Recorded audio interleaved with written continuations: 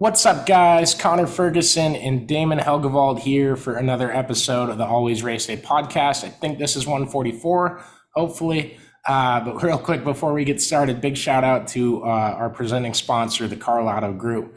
Fantastic company, fantastic at getting you the car you need. If you're looking for one, check them out. And I promise you, there will be no dog hair, cat hair, both of which usually make me sneeze, nor dirt in the car. The cleanliness, the attention to detail, and the prices. You can't beat it. It's the Karl Auto Group. Check them out at your earliest convenience. All right. Damon, Josh is stuck at work working on server issues or something like that. I don't even know what Josh does for work because it's too complicated to explain, but it's me and you,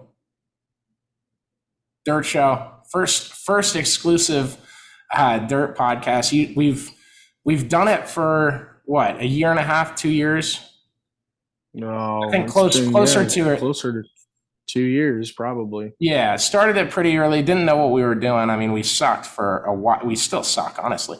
But we've decided to split the shows up. I haven't heard anyone really ticked off about the titles of the podcast. I've debated like putting asphalt on one and dirt in parentheses and stuff, but I think it's pretty easy to tell which ones are which. So I'd rather keep it like that. But we forever just tried to integrate both of them, and it would turn into 2-hour-long podcasts, which are fine if you want to listen to those. But everyone has told me that they don't like it long. And I love listening to like 3-hour shows of my favorite podcasts. So, which makes zero sense to me because you're like the most attention span lacking. Yes. Your attention span is like the size of a pea, yet you want to listen to 3-hour podcasts.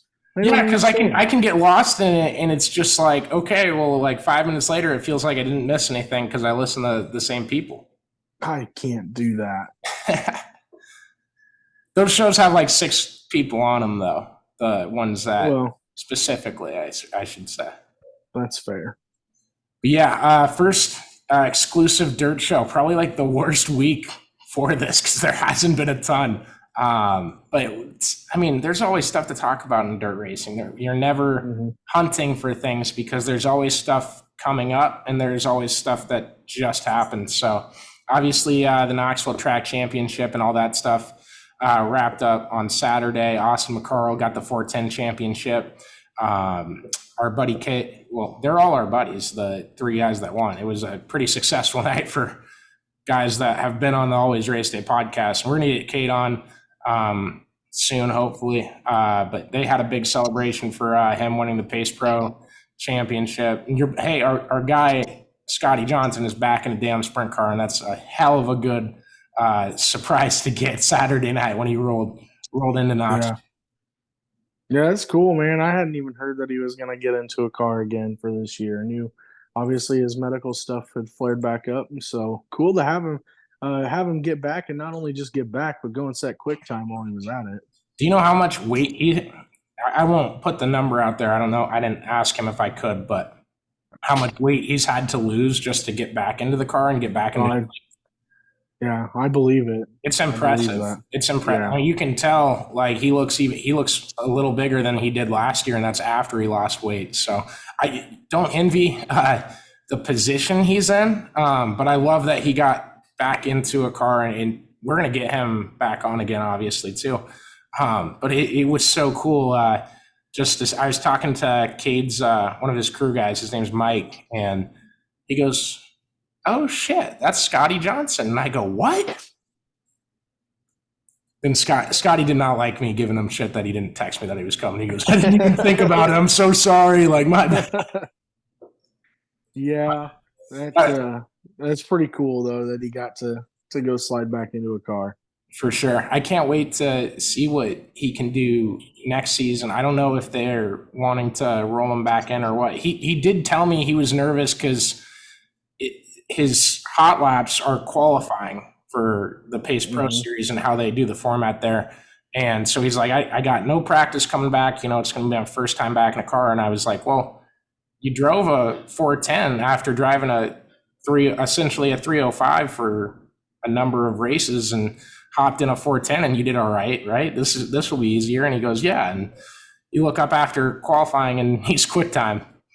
Yeah, that I didn't see that he was even quick time until after the race was over.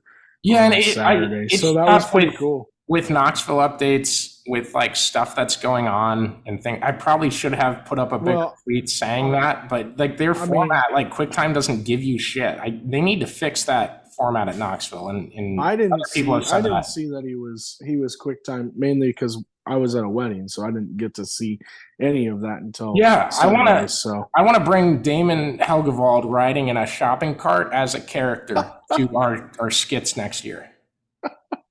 Getting in and out of that shopping cart was eventful. I will tell you that. That was eventful at the time. While I was in it, it was great. But I told Dad when I got down in there, I was like, "Man, this is like old times getting in and out of that race car that we used to do back in the day." So a little closer to the ground, right? It was the car was a lot closer to the ground than the shopping cart was. That is for sure. Absolutely. And someone out there is like, why hasn't he mentioned Chase Randall yet? Well, I'm getting there. 360 track champion at Knoxville. There's some things where, and I try not to do it because I don't like people that send cryptic messages over Twitter or report cryptic things like that, where you don't get any detail. You just get a hint of something. I don't like doing that. But I will put some in videos and podcasts and stuff so you guys maybe keep the fans on their toes a little bit and try to, because I can't say anything before. If the team or driver asks me not to, I'm not going to break a story when they tell me not to. I won't have anyone to talk to, right? So if you watched our videos on Twitter or YouTube from Chase's interview after winning the 360 title, I hinted that he's got some big opportunities coming up. Well, he's in the Works Limited 57 at Gold Cup next week after he chases a Huset's Track Championship Saturday and Sunday. But he's in the 57W, teammate to Kyle Larson, Paul Silva, working on the wrenches for that car. And it is a split field format, so he'll go out Thursday or Friday night, and then on a points basis, wherever he starts in the A-Man on Saturday. I am guaranteeing he starts in the A-Man. Chase did not guarantee that. That's just from me. But massive opportunity for the teenager. I love where the momentum is taking Chase Randall right now, and I'm very excited to see him in Cali. Well, yeah, he parlays that second place run in the prelim night at Knoxville, parlays it into a good night overall, and now finds himself working with, quite frankly, I would say the best tuner in all of sprint car racing right now. And we just don't get to see it on a regular basis. But it's the same car that Tyler Courtney drove a couple years ago in this event. It's the same car that Rico has drove a couple years ago as well. And so, and then when you're teammates with Kyle Larson, you might as well rub elbows with that guy too and see what you can learn. Yeah, absolutely. I love, by the way, what it came out in Matt Weaver's story today on Wednesday about that Kyle drove in the Cars Tour series for a race that is owned by Dale Jr. and Kevin Harvick in that group. And he said he'd drive in one race, but Dale had to come to a high limit sprint car race. So Dale Jr. is going to be there on September 26th at Lernerville. My dad's hyped about it. He has texted me like 17 times today just about that. He's like, that'll be great for sprint car race. Like, I can't. And he's like the biggest Dale Earnhardt, Dale Jr. fan there ever has been. There's a big rivalry in our household when I was growing up because I picked Jeff Gordon over Earnhardt, and I hated Jr. because it was a fan base rivalry basically, and my dad had trashed on me for choosing Gordon over the. I would have too. The plain red number 8 car with no personality. That's what I told him. Plain red number 8 car. That plain red number 8 car won a hell of a lot of races in a short amount of time. It did. It wasn't bad at all.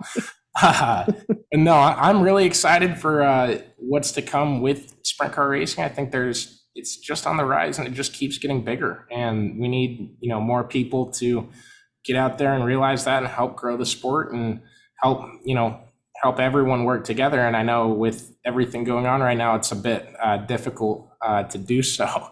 But whatever we can do to grow the sport, we're at least here at Always Race Day going to try to do our part, no matter how little that is. So I was transitioning into something and I completely forgot, Damon.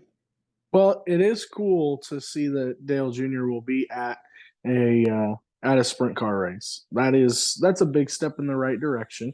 It's even better that Dale Jr. is going to be at a sprint car race that Kyle Larson is putting on, and it's for a lot of money on top of it. So, Andy's going to Lernerville of all places too. Like, it's not just in Dale Jr.'s backyard in North Carolina. He's going to travel to go to that event.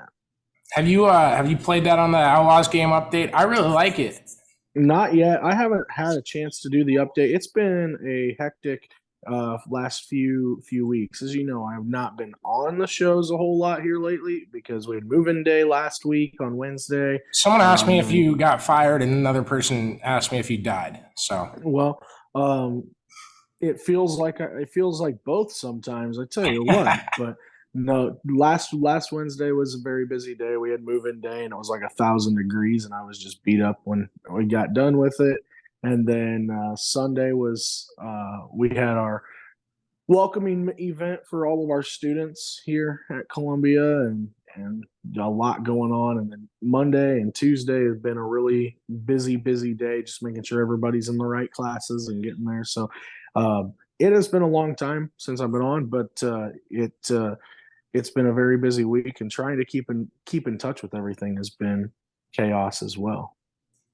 Yeah, I can definitely feel that, especially when I'll be sitting in the press box next week for the Cyhawk football game, and then we're going to have a party afterwards for the World 100. Watch that on a big 70-inch TV. If you are listening to this show and you're going to be at the Cyhawk game, reach out to me on Twitter. So this is exclusively for people listening to the podcast. We're going to have like a post-race watch party for the World 100. Obviously, it's the Cyhawk game. It's probably one of the more important games of the year, riding-wise, fan-wise, everything else. But the second I get done working, I'm going right to the RV lot. We're going to go watch the World 100, as much of it as we can. Not like we're going to miss part of the A-Main. There's no way. But as much of the night of racing as we can, hopefully watching maybe Bobby Pierce win the World 100, maybe Ricky Thornton Jr., Jonathan Davenport, Brandon Overton. All the top guys are going to be there, obviously. Is it the biggest late model race of the year, Damon? I would put that number one, right? It would be up there. I don't know if it's number one. Yeah, probably. I think it is. And money-wise, maybe not, with the Dirt Track World Championship being the final four Lucas drivers, but I think that's kind of a sham of itself too. I would say also because of the million not being a late model race this year. I think it's the biggest. We'll say it's the biggest. It's the biggest late model race, and I didn't mean to throw the 2 at the end of that. I don't know what the hell I was thinking. But everyone that. I want to say most people that I talk to have told me the world is bigger because of the history of it. Here's why this is a debate, is because you have 3 crown jewel races at the same effing racetrack. It's dumb. Host them somewhere else. Like it would be like having 3 $2 million to win NASCAR Cup Series races that the crew gets $2 million to split amongst themselves. The driver gets $2 million. We're going to host them all at Phoenix. How dumb does that sound? You guys would rip NASCAR apart if they did that. I swear to God. Just move one of these to Kokomo. Move one of these to a bull ring. Like, go out to a track with big grandstands. Go to Knoxville and make a big late model race, because that event has grown too. And I can't say anything about that event. There's some rumors I've heard, but rumors are rumors. So until I hear anything, I won't report anything. But yeah, go to a track different than Eldora. Sorry, Damon. I had to kind of curtail. I think Eldora is fine because it's a big track event. Like these are big time fields, and Eldora is a big track field, and it's a big time facility. Like, I get it, it's out in the middle of nowhere, but for the majority of these racetracks anymore anyway, they're all out in the middle of nowhere. And that's not where my complaint comes from. You can't have all your crown jewel races, your top 3 races at one track. You can. It's like, it would be like having 3 Winter Classics and host them all in the same baseball stadium within 3 weeks of each other. I mean, you can have them all at the same events or at the same places. I disagree.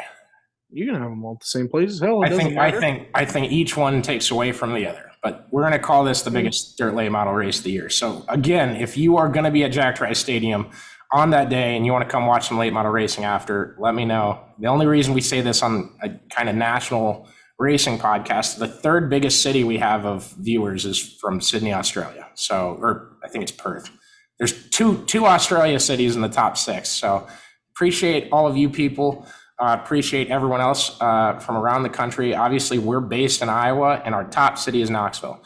So if you are going to the Cyhawk game, come over and let me know. Let me know on Twitter, like earlier the better, so I can tell you where to go. But we're going to have a watch party for that. It's going to be a really cool thing after the Cyhawk game this year. So Should be fun. And then today, Anthony Macri released a statement. I should probably just read the whole thing in full.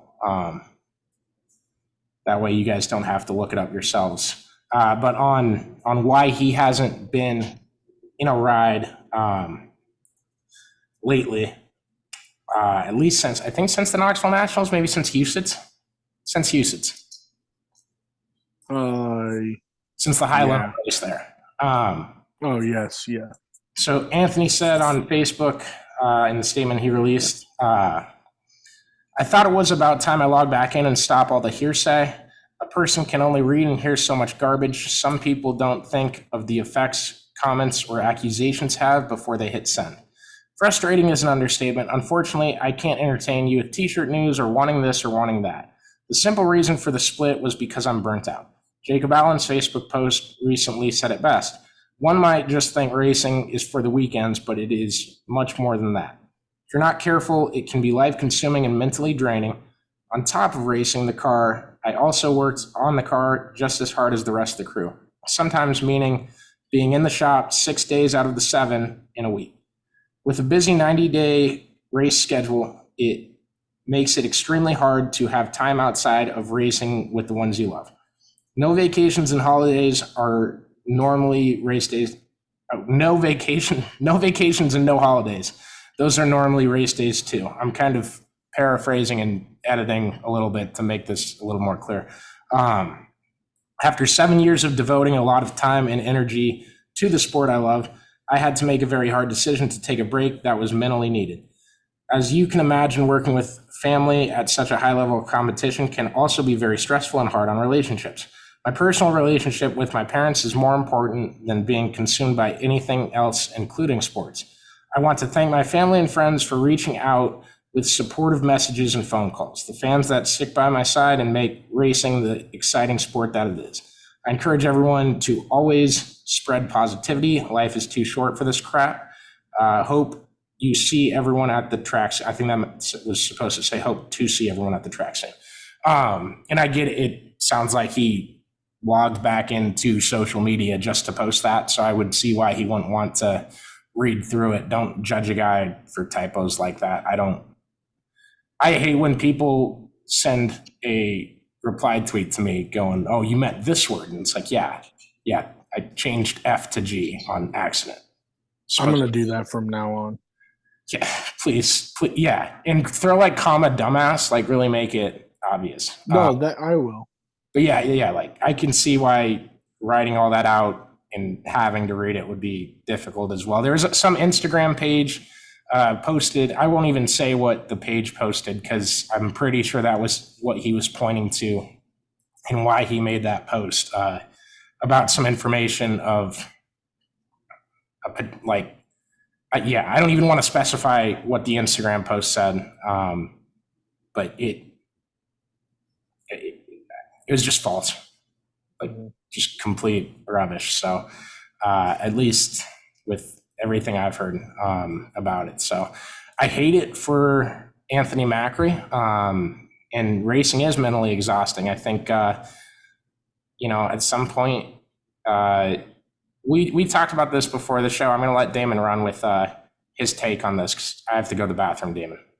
Yeah, I just think, at some point, that we have to, as racing in general, but in series across the board, not just the dirt series is across the country, but also like your asphalt series, your cup series, especially, you got to start looking out for the well-being of your drivers. And I get it. The Outlaws hang their hat on running 90 days a year. And it's, it's such a cool thing because you can follow them all summer long. But at some point, you got to look back on, you've got crew members and team officials that are allowed or able to take days off. It's just like going to your job. You get the opportunity of taking days off, vacations, sick days, whatnot, what have you. These drivers don't get that if they're running for points in a certain series. If you're running for points in the Cup Series, if you're running for points in the Outlaws and running for points with the Lucas Oil late models, you don't get to just take weekends off and get to take races off because you're running for your championship hopes. And so now you've got drivers who are putting themselves to the very, very, very edge of a very dangerous part of what they should be doing. And now they're not able to take a day off when technically driving a race car is their job. Yeah. And you go through, and appreciate you letting me take a bathroom break. I hope I did that as speedily as possible, but you go through the schedule and you market it as this mentally grueling deal. And, you got to, at some point, take some sort of weekend off, some sort of vacation. A lot of these teams went to Skagit. Some of the drivers probably went home or wherever the All-Stars are at this week. And it's like, you got 3 days here to relax, but you're not at home. You're in this other town. Mm-hmm. You don't get to go, unless you have that means of transportation. If you're out on the road with your team, you don't get to go home. Like, you don't get that opportunity. I think Carson Macedo was tweeting from the truck this weekend. Like, he was answering questions, doing a Q&A as the truck was rolling down the road this past weekend. Yeah, and it's just, even like after Knoxville, look at how the Jackson Nationals kind of lost a bunch of its luster this year. And Josh was up there. I wish he was on the show to talk about the track conditions Saturday and what the event looked like. Because we were there 3 years ago, when it was hosted in the summer with next to where the High Bank Nationals date was at. And it was a much bigger event. It was massively bigger because you didn't have a race the weekend after your Super Bowl. Mm-hmm. What did you say before we got started here? You thought that they should take a weekend off before Knoxville and after Knoxville? I think a weekend off before and a weekend off after, just because you get the weekend off before to prepare your best stuff, and you get the weekend after to recover and regroup and reset. Well, and the weekend before, you're going to hype up the event, and everyone's watching 360 Nationals anyway. I wouldn't say everyone's watching that over the Ironman 55, but if you watched the racing at the Ironman 55 on Friday night this year, I don't blame you for not watching Saturday, even though it turned out very good. Right. You would have to find a different date for the Ironman, and that would be going up, if you move it the week before, you're going up against the Prairie Dirt Classic. You don't want to do that. That's within 3 hours of one another, I want to say, maybe 4. Right. And it could be 5. They're both Midwest is what I'm trying to say. So yeah, there's things that would have to be moved, and you never want to move dates, especially traditional ones. So I just think, like, at the very least, like, there doesn't need to be a sprint car race the week after the Knoxville Nationals. At least not a national touring one.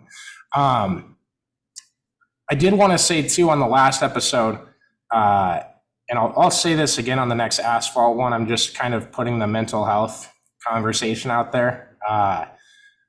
Kyle Petty trashed on Bubba Wallace and also Ty Gibbs for skipping interviews, saying that, well, if they can't do an interview, well, they don't have mentally what it takes to race in the Cup Series. And I just want to say, if you're one of those people out there that not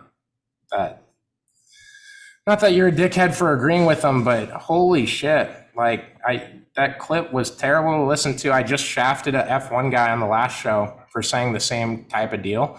And I just want to tell everybody, like, Aaron Reitzel, not a big fan of interviews. For some reason, when you put a microphone in his face and say this is going to 100,000, 200,000 people, he loves them.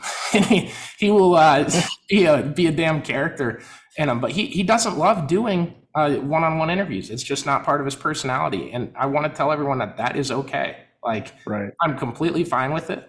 He gives me, if I tell him, like, hey, I really need you on this one, he'll say yes. I think I've said that to him one time. And right. Don't know if it was after his 360 Nationals title. I can't remember. But he will do them if I absolutely need them. I very much respect that. It is awesome. But if you're crapping on, if you're going there and saying, like, oh yeah, Kyle Petty should trash on Bubba Wallace, even though Bubba's, big wave of sponsorship kept his dad owning a Cup Series team for an extra 3 years. Just know that there's people in dirt racing that don't like that either. And I think it's really shitty to go crap on a guy and say that, well, they don't have the mental health that it takes for the sport. Go fucking watch the results. That's all I'm saying. Look at the results on the racetrack. And last thing on that, if you are one of those people that is tired of hearing the mental health stuff, the documentary on Johnny Manziel, I think Untold is the series name of who puts it out. It doesn't dive into mental health. You aren't going to have to listen to a PR class about paying attention to it. But if you're on that side where you don't like hearing about it, go watch that. And that is a perfect example of how you can kind of get your mental health, or your life kind of trajectorily. I definitely didn't use that right, but a little bit off track. And some people will drive it back on the track, over the cushion, back on the backstretch. And some people go down the hill at Lernerville. And that documentary is exactly what Texas A&M did to that kid, not having any resources for him. So that's the only message I wanted to put out with the Anthony Macri stuff. It's a great documentary.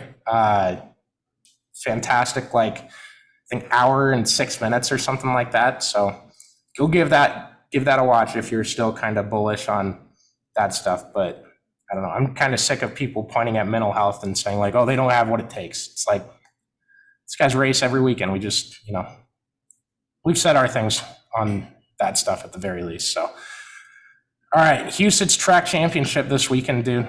Justin Henderson, victory lane for the first time on Sunday in the family car. How sick was that?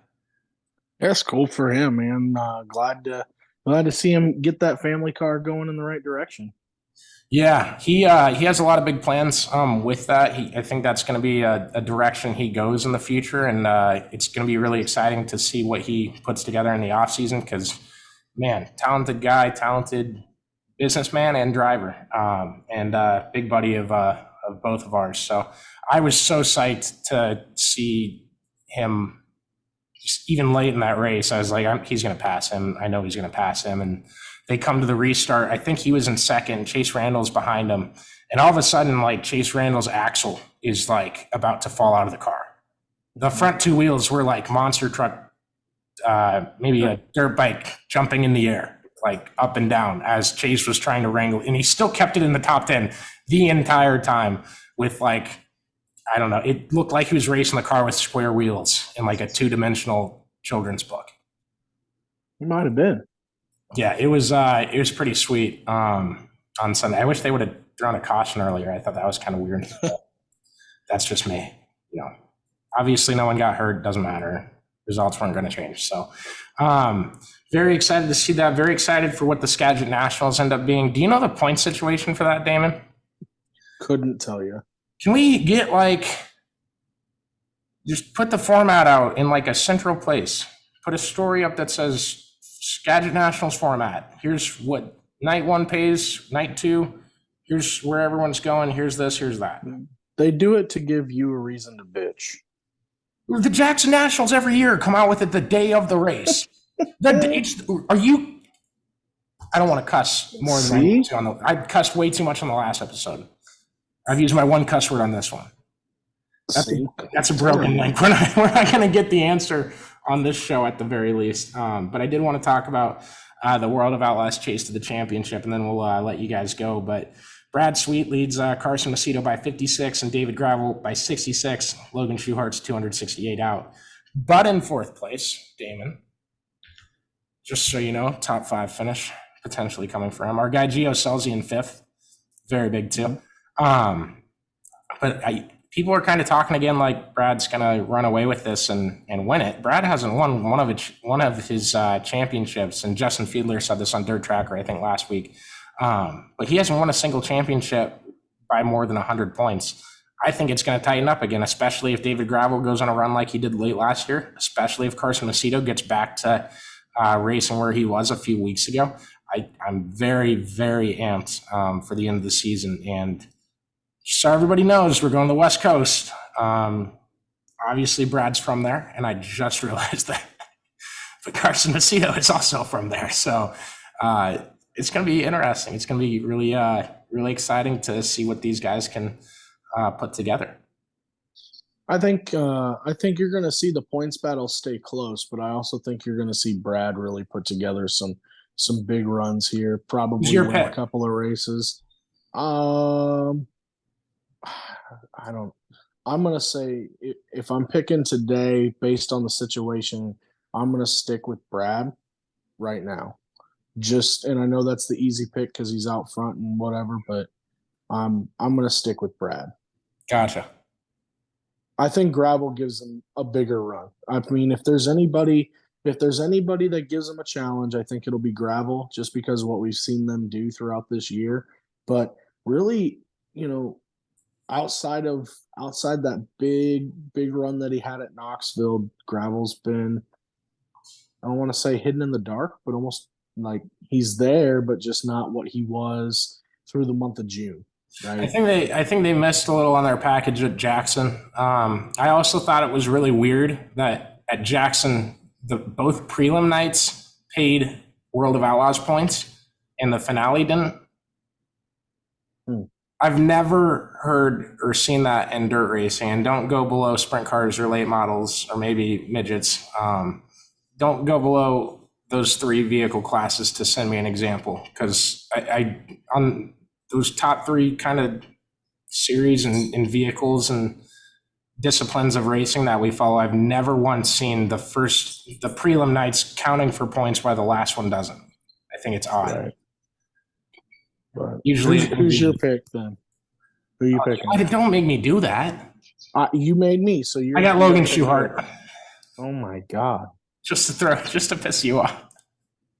Well, I have no problem. Like I said, I have no problems with him. Damon's going to spend the rest of his journalism career insisting that he has no problem with Logan Schuhart. All because I interviewed Logan Schuhart and he had no problem. So, are you still mad at me for that dickhead thing I did to you?